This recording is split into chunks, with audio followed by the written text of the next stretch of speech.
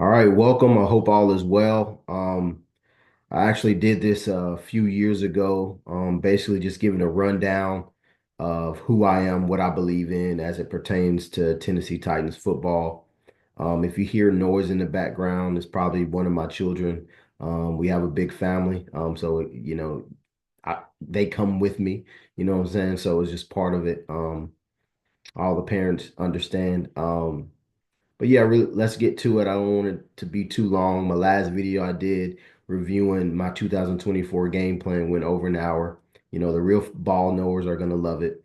But really want to get into it. Just give you a quick, brief synopsis of kind of who I am, what I bring to the table, what I've done to some degree, the superficial stuff that a lot of people are concerned with.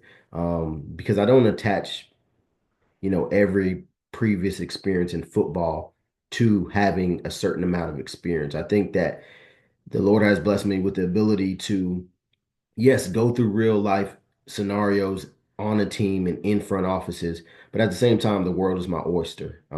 Everything that I do, it always comes back to football. If I'm learning how to, you know, ride I don't know, tractor. If I'm learning how to ride a tractor, I'm going to pertain some of the information that I'm learning, and I'm going to attach it to football to become a better evaluator in some way. So that's just kind of how I do it. But long story short, love football my whole life. Started playing in eighth grade, wanted to play younger. Um, was an all district cornerback, come from a football family. Um, I guess I should start with my father trying out for the legendary Dallas Cowboys coach Tom Landry as a running back, getting CFL offers. So football is in my blood. High school, getting some offers myself. Um, was able to garner some scholarships. Went in a different direction at the last minute. That's a story in itself. Um, and then, the story of just trying to get my foot in the door. So I was able to garner and establish myself at a college, working in the film room, working as an equipment manager, and then just starting from that position as a foundation really helped me learn. I learned a lot about networking and how people work. I learned that it's very important to work with people who see something in you, and it has to be the right fit, and that's something that I value to this day. That didn't work out on the first go round, and that was right before my graduation. So as I'm graduating, I'm trying to figure out what I want to do. So I got into sales, car sales. um Would quickly rose up the ladder there, had one of the highest selling months and stuff like that. You guys don't want to hear that, but was an entrepreneur, being an entrepreneur to this day in finance, helping with, whether it be index funds and things of that matter, life insurance. And like I said, what do? I always tie it back to football, how these different types of brokerage accounts are like football teams, how you manage it.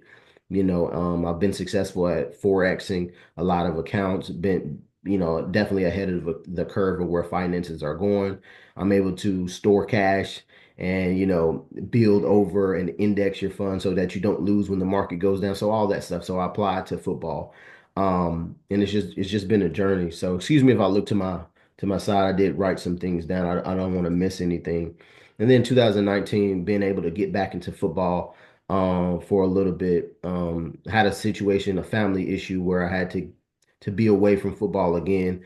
So it pulls me in, takes me out, pulls me in, take me out. There's a lot of people out there that will relate to that type of lifestyle. And in 2020, had an opportunity as a writer, sports writer, and took that opportunity with the company. And then also had opportunities to work in colleges front office out of the state. But, I started my family just matching up timelines in 2019, and really take my job as a father very seriously. Um, there's been a lot of sacrifice in that area, but I don't regret it at all. Love my family, love what we're building here. So that's really, if you're wondering why And this is for my new followers. If you're wondering why hasn't he done this? Why hasn't he done that? A lot of it is it's tied to my responsibilities, and I take it very seriously. But all at the same time, I'm working extremely hard, and I take this evaluation thing very seriously as well. And I just wanted to start off what it means to be a Titan to me, because I think that we have lost our way to some degree on what that means. A lot of people coming from the outside, and that's nothing wrong with it. I understand how the business works, but this is what being a Titan means to me. So I've always said this. You can go back, date it back to my the first video of me doing this. I have 5 pillars. What it means to be a Titan and what we should um put as priorities as executives, as players, in our community, as our family. So first one is community, right? So fans pay their hard-earned money to come and watch this product on the field. It's our job to pour back into the community. It's our job to provide a safe haven for entertainment, safe haven for joy, for happiness. And it starts with winning. It starts with the product on the field. I have projects coming that's going to share more so what we should do as a franchise to kind of rebuild that trust, establish that trust back with the fan base, and just provide just entertainment and fun. That's the first pillar. So the second pillar is history. Um, this team, whether it dates back to the Oilers, is a very rich history.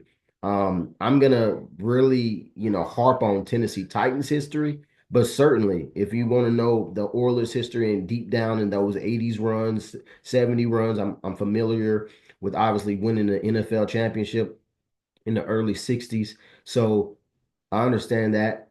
But as far as Tennessee Titans, every person, if you're an executive, if you're a player, if you're a coach, you should teach whenever you can about the history of this franchise. Because think about it, when we're at events and players are talking about past things, you don't want to seem like a fraud. You want to know a little bit about history, especially if we're playing a certain team during the year. You know the schedule already, and do your research on how many times. When is the last time we beat this team? What are the last few times we've played this team? You know what I'm saying? So just knowing that stuff goes a long way with the fans, and we really want to battle with the same heart as fans, the same heartbreak, the same desperation as fans. And when you know the history of what we've been through, it definitely adds more to the fire when we're out there executing. Another thing, the third thing would be desire, tenacity, and passion. So that's the third pillar, the desire, tenacity, and passion, DTP, right? Come to work, have that mental toughness, have the desire to want to be good. We should reestablish or even establish that it's okay to say that you want to be the best. It's okay to go out there and go get it. Don't have a we're just happy to be here mentality. Have a mentality that you're going to go out there and get it and have the tenacity to show up at work. We want players and we want people that have mental toughness. It doesn't matter rain, sleet, or snow. We're going to show up and we're going to perform. You know what I'm saying? So we got to reestablish that. And passion, obviously having the passion, loving everything, going for it, having the ability to be the best. As you can hear, my kids have DTP, desire, tenacity, passion. Um, we have to have a controlled rage and passion about everything that we do. Fourth pillar, preparation. Preparation prevents poor performance, or poor performance breeds poor poor preparation breeds poor performance. Whatever way you want to say it. So this team will be prepared. This team will be prepared. We will turn every stone when it comes to whether it's advanced scouting for an opponent, whether it's the draft board, whether it's anything. We have to be in a prepared team. We have to set a time management to prepare and execute and be an organized team so that we can go out there and have the best advantage. And the best advantage is preparation. The way that confidence is established is through preparation. If you deem me as confident or too confident, don't care. It's all about preparation. Pardon me. Excuse me. So being prepared is what breeds and creates the confidence. So the fifth pillar is responsibility. So responsibility is a big one. Responsibility for yourself, responsibility for the franchise, responsibility for your family, and having responsibility for the shield and responsibility for your teammates. The name on the front and the back, right? We want to be able to go out in situations, whether it be on the field or off the field, and we want to have and people are going to know about, okay, that's a Titan. You know, people talk about the Titan way, people talk about these buzzwords, but you really got to live it with these five pillars. And that's through community, history, DTP, desire, tenacity, and passion, preparation, and responsibility. Um, and like I said, I really wanted to make sure that I say the same things that I wanted to say as I wrote them down. A lot of this is already in the head. I definitely wanted to be able to let you guys know those are the pillars, the five pillars in which the Tennessee Titans should be built on. Um, and another thing, just segueing and keep on keeping it rolling. Um, Whether my history or my experience impresses you or doesn't, you know, I'm not really in the business of power. I'm not in the business of the perception of power. I'm not in the business of trying to be superficial or who dresses the best or who has the most accolades. I'm not in that business. I'm in the business of winning. And I've been able to establish through whether it be my offseason game plans, whether it be my draft selections, whether it be my free agent selections, whether it be my strategy for on field, whether it be actual football, I've been able to consistently in that realm create a result that would have improved this team compared to what actually happened. So I'm definitely in the business of winning and not the power game. It can be it can be a conniving and cerebral place. It gets you into a mindset and a mind state that gets you away from the most important thing. And the most important thing is the product on the field. Not trying to connive to get this, not trying to position yourself, not trying to usurp anybody. It's about winning, man. And it's about time we get back to the product that's on the field and have someone that can tell you and can tell you genuinely without chastising or looking down on you, and we can have that open discussion and have that open conversation so that we can start winning. So excuse me if I'm brief here, and this is for competitive reasons, but I definitely wanted to share a few things that I value in terms of the team building philosophy. Um, I have a vast Rolodex of information, player references, and things like that from the 16 years that I've watched players, um, more closely to a dozen to a decade to actually consciously know what I'm looking at. Um, and these are the things that I've come up with or experienced through a lot of iterations. You know, what they say, 10,000 hours. You know, they say if you put 10,000 hours, I probably put 100x that, 10x that. And these are just a few things that I've found to where if applied can definitely help your football team. And a lot of football teams think like this is, but it's about the execution. I shared what I did in my 2024 game plan. Teams can have buzzwords and certain ideologies that are similar, but it's about the framework and how you strategize and target it and executing it. So, a quick example. In my game plan, I said that this was the year to pay up for the guys that you really wanted because of, you know, something I call positional potency, and I'll get to that later. There's a certain window in which you got to acquire these players. The Titans chose to go Ridley, Owuzie, and you know Snead, and then I went Luvu, um, Armstead, and you know Kendall Fuller, let's just say, or Justin Simmons, right? So it's just about we both had the same process, but you know, to put it frank, I signed better players overall. So you know, just having that type of process and having the accountability, because I said it before and I said it after the season started. So just getting just having that level of execution and framework is important. So number one thing, like do the work, right? That's one thing about this evaluation process, and really from top to bottom, just come in, do the work. Um, you know, if I have to work 18 to 20-hour days, if necessary, you know, I'm doing it. That's just something that I'm about, and that's just something that I believe in. Number two, draft division specific players. So as we know, the first goal should be to win games, right? Win day one. And then we're trying to win games and we're trying to win the division. That's your ticket. Winning the division is your ticket to the playoffs, ticket to the dance. So you should let's just say you play respectfully well against NFC opponents, against AFC opponents, and but you split the difference, or maybe you're a little bit under, but you win, it's wipe out your division. By default, more than likely, it's going to land you with a division title.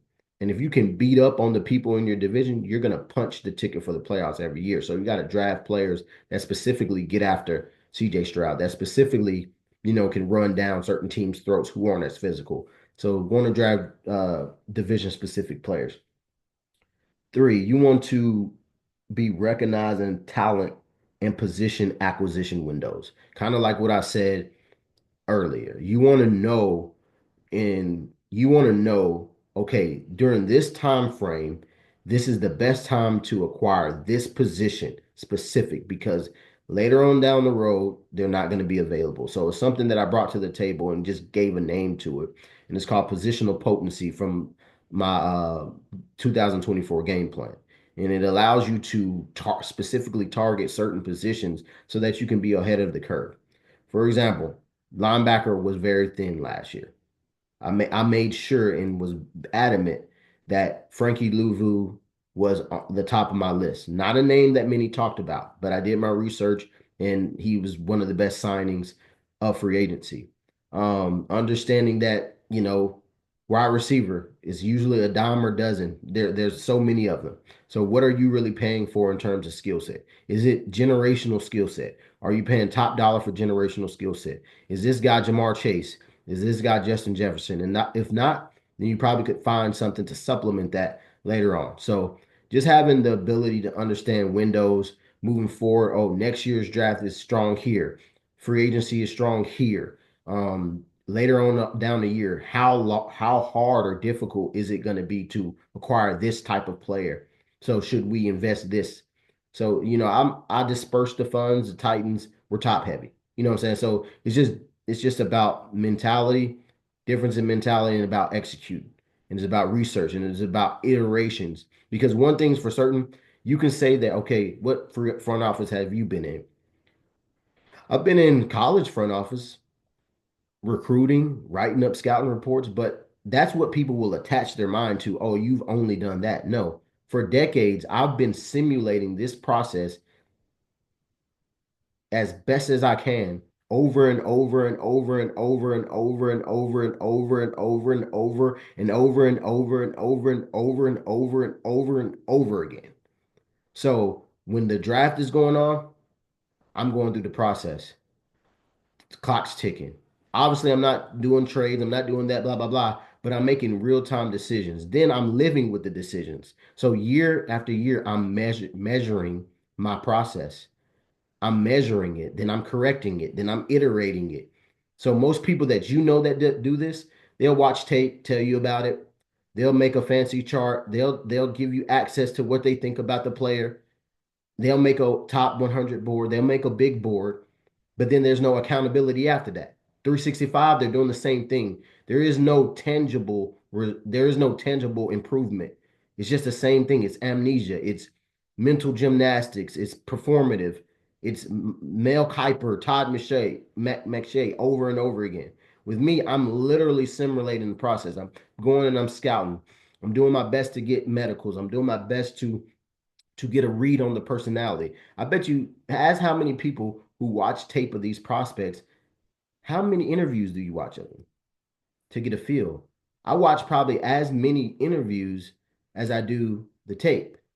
A lot of people not saying anything, they're just watching, looking at analytics and saying, okay, I'm gonna save some time, watch the best game, watch two. Maybe they reduce their tape amount by two games just because they saw the data. The data is made, yes, to make your job easier, but it's not made to make you lazy. And I'm kind of glad analytics have come because now you have people who think they know what they're talking about, and the masses will believe it because they're talking about the data that everybody can find. If you're presenting data that everybody can find, what is your purpose?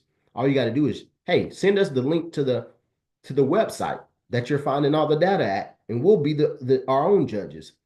So it's about providing obviously insight, sure, if you're able to do that. But like I said, it's about how fervent and how, you know, dedicated you are to improving. So what you also want to do is four, take care of your own. We're talking about family, taking care of their families. Titans are graded one of the lowest in taking care of people's families. They're graded some of the lowest in their travel.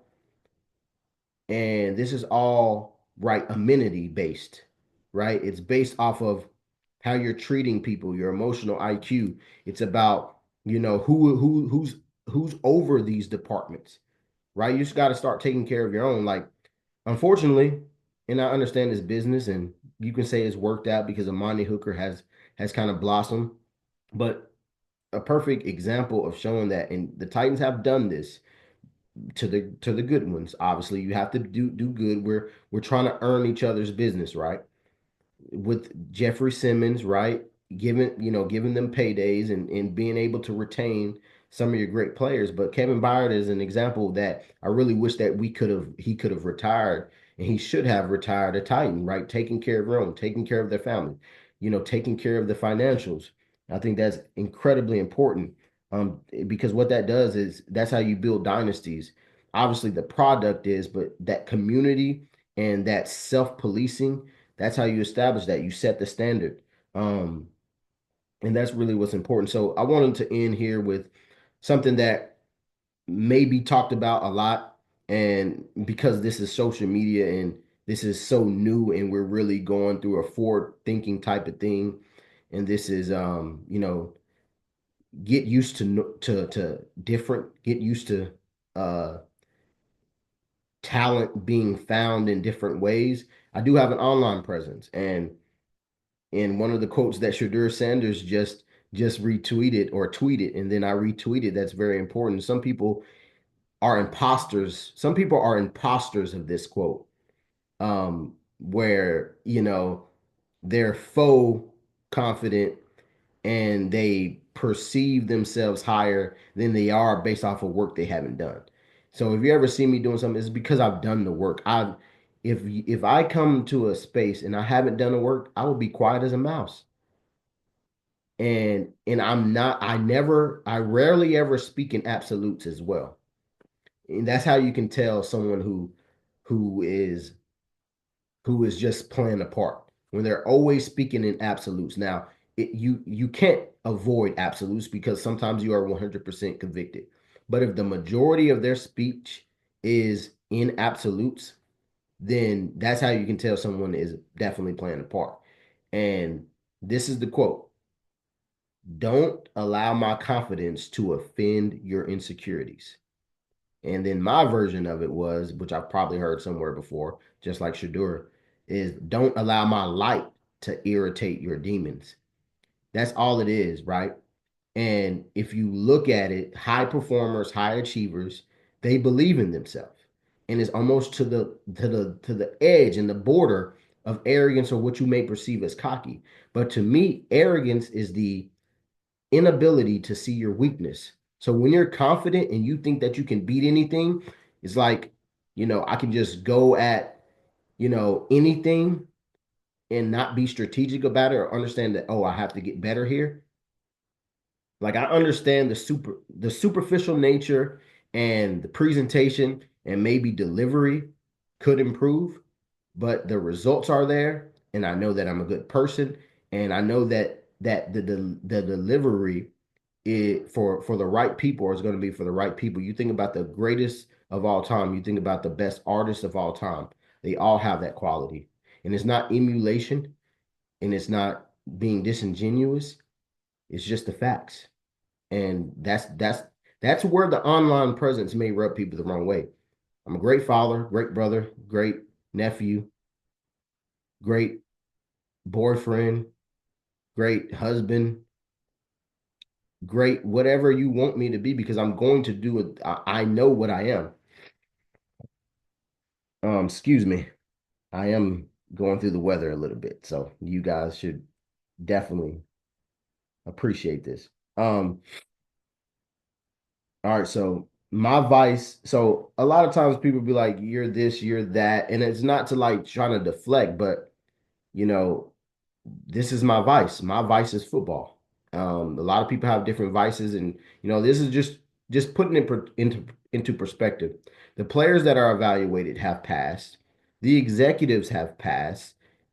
It's just um, this judgmental culture of people that a lot of it is hating, to be completely honest with you. Like for example, today, Teron Davenport showed his allegiance and showed his support by stating that at the very least I get an advisor role. Now he chose the word advisor.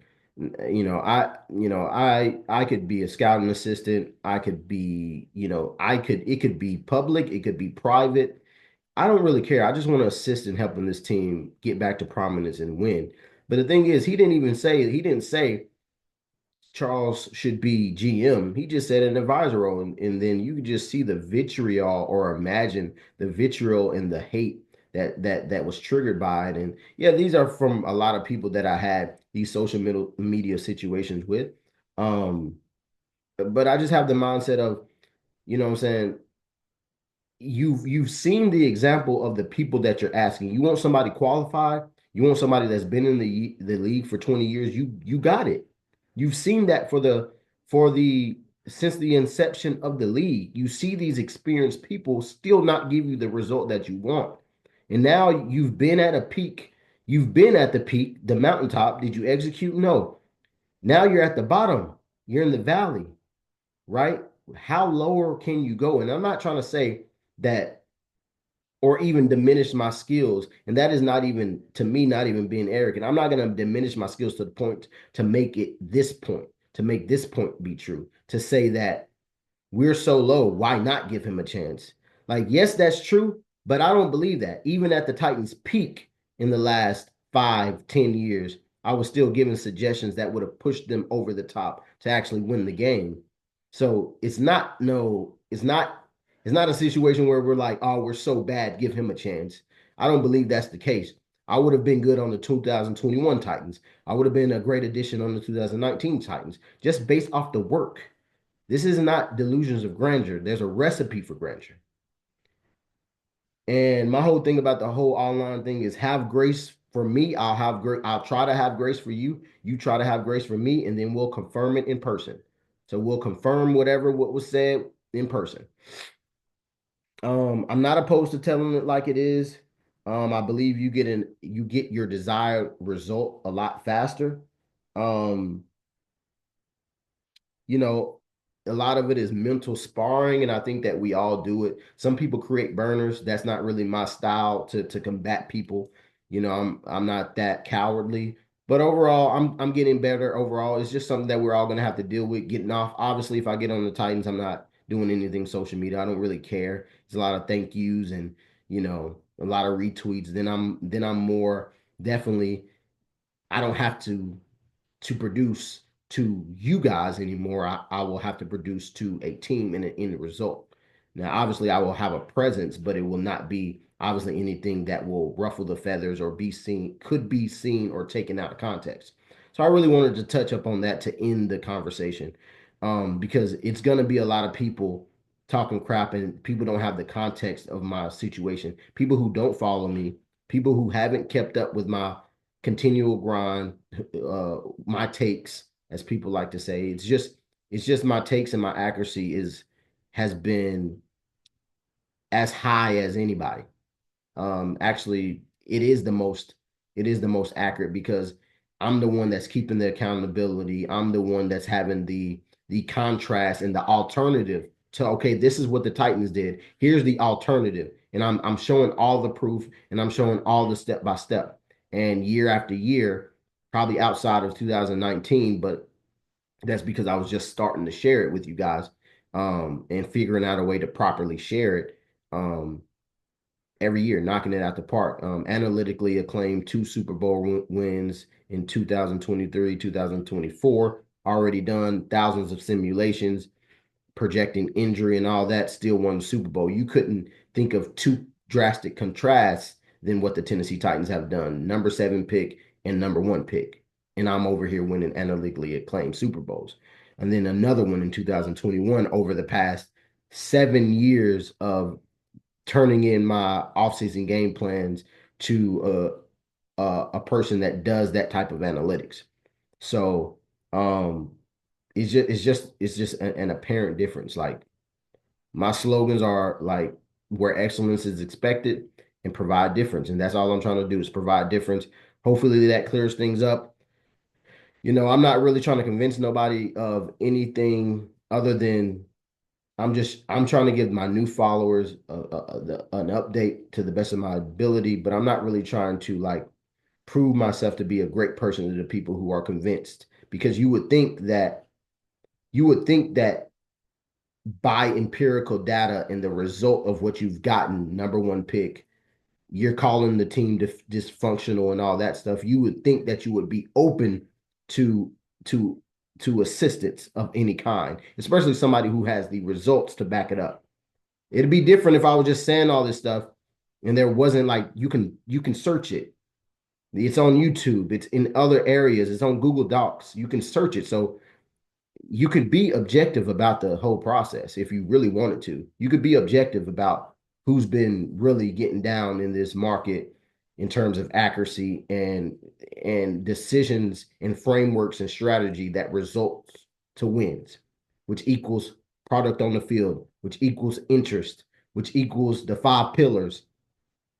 Are we getting you're getting it now? Okay. Thank you. God bless. Hope all is well. Thank you as I'm going through illness to do this thing for you guys. Love you. Love you, Blue. But I will see you on the next one.